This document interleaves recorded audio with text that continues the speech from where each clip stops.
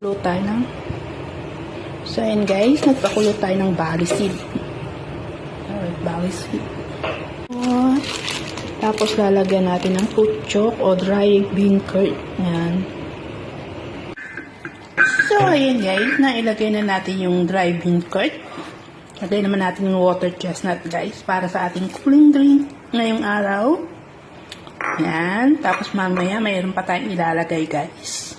Ito na guys yung pang-pinali natin guys. Yung pang-pinali natin guys ay winter melon. Candy siya. Candy. Winter melon na ginawang candy. Ang daming paliwanag. So ayan guys, lagay na natin siya guys. So kumpleto na yung ating cooling drink guys. So pwede na siyang inumin mamaya at lagyan ng yellow. Yellow? Ayan guys, yung ating cooling drink. Barley, winter melon, and dry bean curd. Ayan. So, may nakalimutan ba ako? Yun na yun. Okay. Done. Pakulan lang natin siya ng konti.